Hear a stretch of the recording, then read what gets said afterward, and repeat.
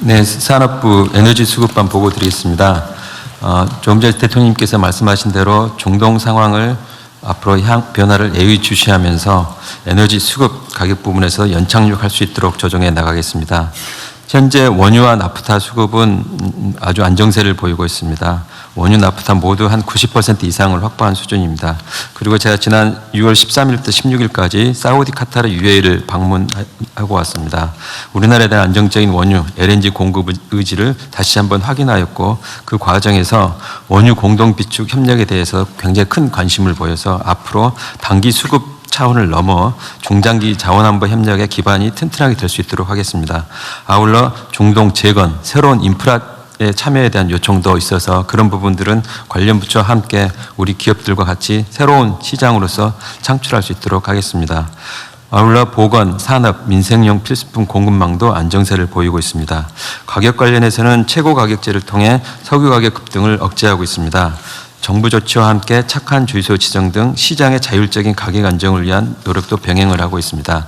특히 어제는 착한 주유소로 오해에 누적된 착하디 착한 주유소, 우리가 요즘 최근에 착착 주유소라고 저희들이 하고 있습니다.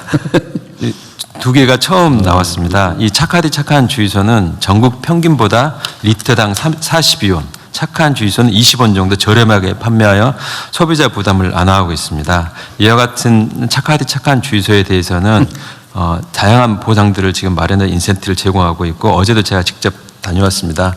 이 방송을 보고 계신 국민들께 이 착한 주유소에 대해서는 요즘 유행하는 말로 돈줄을 한번 내주시면 감사하겠다고 생각합니다. 어딘지 알려줘야. 여기 지금 적어놨습니다. 특별히 청주 주유소는 청주에 제가 갔다 왔는데 이름 자체가 참 멋있습니다. 오 해피 주유소입니다. 방문하시면 앞으로 해피하실 거라고 생각을 하고요. 다른 한 군데는 광주에 있습니다. 광주의 평동 제일 주유소입니다. 청주는 제가 다녀오고 아침에는 광산구에 있는 평동 제일 주유소 사장님하고 제가 통화를 직접 했습니다. 사장님께서는 굉장히 감격하시더라고요. 그래서 한번 물어봤습니다.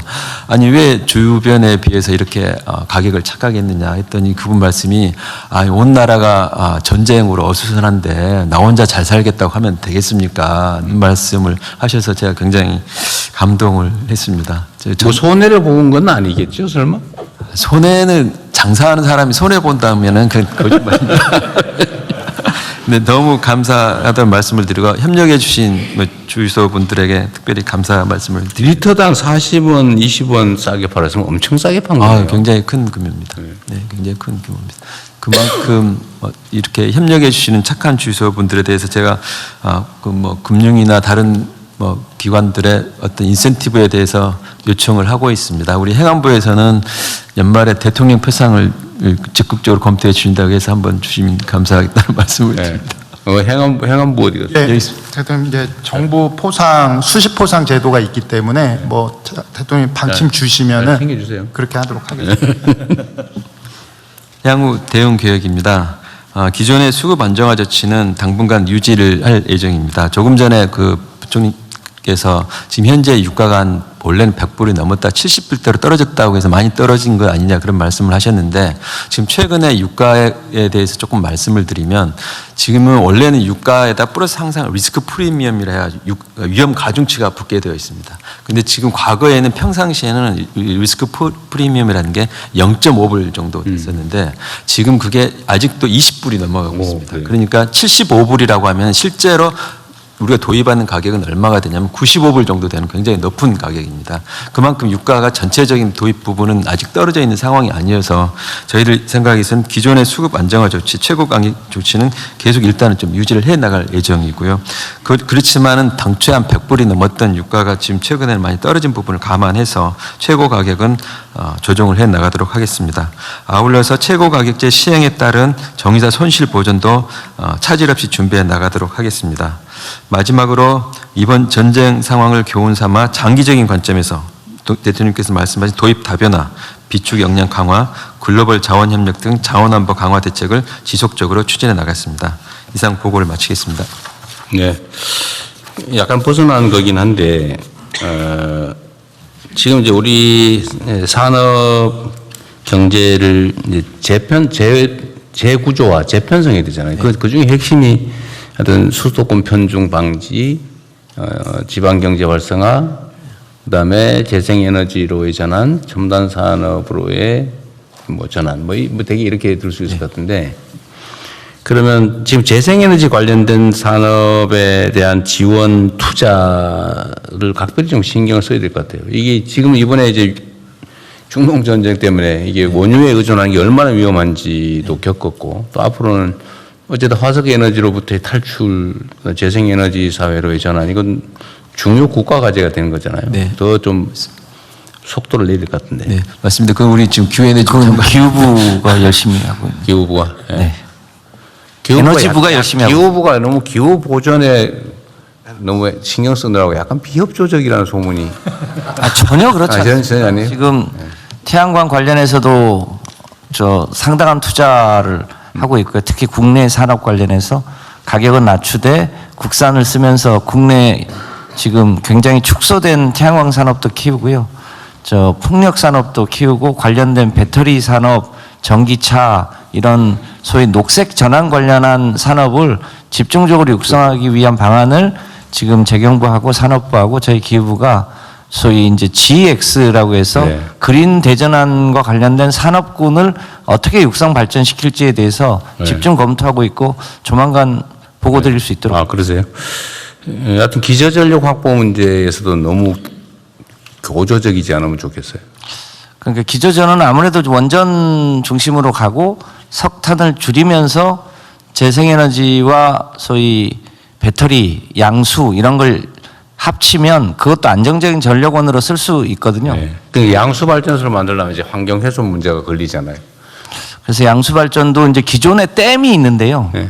기존에 이제 댐이 있는 데다가 추가로 이제 상부댐을 하나 만들면 환경 파괴를 최소화할 수 있는 데도 꽤 많이 있습니다. 그래서 그런 방식을 통해서 환경 파괴를 최소화하면서도 양수 발전도 많이 늘리려고 하고 있습니다. 그런데 그게 본인은 좀 이렇게 좀 변화된 태도를 보이니까 환경 운동하는 쪽에서 저 사람이 변했다 이런 얘기 듣는다고 기름 드시겠어요? 종교단체 환경 지도자분들이 왜 원전 늘렸냐고 해서 우리 상황을 쭉 설명을 드렸더니 뭐 상황은 알겠는데 그래도 동의는 못하겠다 이런 얘기도 하시고 어쨌든 힘들겠지만 그래도 하여튼 우리 잘 조정해 주십시오. 예, 여건들을 충분히 이해는 하시는 하여튼 상황이. 이게 이제 서남 해안 중심으로 일단 재생에너지를 어떻게 우리가 활용을 할 거냐는 여러 가지 복합적 의미가 있잖아요, 그죠? 네. 잘 좀 고려해 주시기 바랍니다. 네, 그다음 다른 의견 없으면 다른 거 진도 나가시죠. 네, 금융위원장입니다. 금융안전방 내용 보고드리겠습니다. 먼저 국내 금융시장 동향입니다. 주식시장의 경우 코스피는 종전 협상 관련 불확실성에도 불구하고 글로벌 AI 반도체 사이클 지속 기대감, 6월 수출 호조 등으로 상승하는 흐름이며 어제도 9,114포인트로 마감을 해서 종가 기준으로는 역대 최고치를 경신했습니다. 두 번째 작은 것이 보시면 주요국 증시 상승률을 비교해 보면 중동 전쟁 이후를 끊거나 아니면 금년 전체로 보거나 어느 기간을 보더라도 우리나라가 압도적인 상승률을 지금 보이고 있습니다. 그 맨 밑에 월간 상승률 흐름을 보시면 3월에 중동 전쟁이 발발하면서 마이너스 19% 했다가 4월에 급반등한 걸 빼고 나면 매월 한 20%대의 상승률이 꾸준히 지속적으로 보여지고 있는 흐름입니다. 채권 시장은 종전 기대감으로 다소 하락하던 금리가 미 FOMC 이후 글로벌 기준금리 인상 경계감이 작용하면서 재차 상승하는 모습입니다. 금융부문 대응 현황입니다. 민생 실물 경제 지원을 위해 정책금융 지원 프로그램 11.2조 원이 집행되었으며 은행권 중심으로 피해기업 등 대상 37.2조 원 지원과 업권별 특성을 감안한 상생금융 노력이 계속 진행 중입니다. 당구장 글씨를 보시면 석유화학업계 나프타 수입을 지원하기 위해서 여천 NCC에 이어 롯데케미칼에 대해서도 금융권에서 수입 신용장 한도를 상향 조정해 줬습니다. 그리고 대통령님께서 모두 발언에서 말씀해 주신 바대로 청년 자산 형성 지원을 위한 청년 미래적금이 어제 출시가 되었습니다. 본인이 납입하면 그 납입금에 더해서 정부 기여금을 추가로 더해주고 은행에서는 우대금리를 적용해주고 이자 소득은 비과세 혜택을 주면서 결국 최대 연 19.4%의 금리 효과를 누릴 수 있는 아주 위험이 없고 수익이 굉장히 높은 그런 상품이 되겠습니다. 작은 글씨 보시면 월 최대 50만 원씩 3년간 부으면 정부가 기여금으로 납입액의 우대형의 경우 12%를 추가해 줍니다. 그리고 금리는 최대 8%가 적용됩니다. 그렇기 때문에 3년 만기할 때 최대 2,255만 원의 목돈을 받을 수 있게 됩니다. 그 가입 절차는 박스에서 보시는 것처럼 어제부터 시작해서 다음 주까지 2주간 주요 은행의 모바일 앱을 통해서 비대면으로 별도 서류 신청 없이 간편하게 가입 신청이 가능합니다. 저희들이 청년들이 좀 친숙한 여러 가지 다양한 매체들을 통해서 집중 홍보하고 있습니다. 저도 어제 출시 첫날이라서 커피차를 끌고 청년들이 많이 모이는 그 성수동의 출근길 거기에 가서 청년들을 만나서 음료도 나눠드리고 이 가입 안내도 했습니다. 그래서 보면 어제 같은 경우는 지금 첫 주 동안은 이게 너무 몰릴 수 있어서 오브제로 출생 연도별로 오브제로 끊어서 지금 하고 있는데요. 어제 같은 경우 신청 접수를 해봤더니 19.6만 명의 청년들께서 가입을 신청하셔서 상당히 높은 수준으로 지금 가입을 하셨습니다. 근데 이제 이번 주, 다음 주까지 계속 신청을 하시면 되겠습니다. 대통령께서 말씀하신 대로 이 청년 미래적금이 우리 자산 형성 기회가 부족한 우리 청년들에게 희망의 사대가 될 수 있도록 세심함과 꾸준함으로 계속해서 홍보와 관리에 각별히 신경을 쓰도록 하겠습니다. 금융시스템 안정을 위한 채권 자금시장 안정 프로그램 7.2조 원이 집행이 되고 있습니다. 또 자사주 소각 의무화 상법 개정이 3월 6일 날 공포가 됐습니다. 거기에 이어서 자사주 공시제도도 확대 강화합니다. 자사주 관련 공시대상 의무 기업을 기존에 자사주를 1% 이상 보유한 상장회사에서 자사주를 보유한 모든 상장회사로 확대합니다. 그리고 보유 처분 계획뿐만 아니라 이행 현황까지 투명하게 공시함으로써 적극적인 주주 환원 유도와 시장 감시 기능을 강화하겠습니다. 그렇게 되면 밑에서 보시는 것처럼 기존의 1048개사에서 1714개사로 대상이 확대됩니다. 그리고 오늘 국무회의에 관련 자본법 시행령 개정안이 의결되면 26년 반기 보고서부터 적용이 돼서 빠르면 7월 말부터 한 8월 초중순까지 공시가 이루어지게 되겠습니다. 참고로 자사주 소각 추이를 보면 25년에 21.4조 원이었는데 연간 26년에는 5개월 동안 상법 개정의 효과로서 43.1조 원이 지금 자사주 소각이 이루어지고 있습니다. 앞으로도 계속해서 민생 지원과 금융 안정을 위한 정책적 대응 노력에 만전을 기하도록 하겠습니다. 이상 보고 마치겠습니다. 청년 미래 적금은 몇 살까지 할 수 있는 거예요? 네.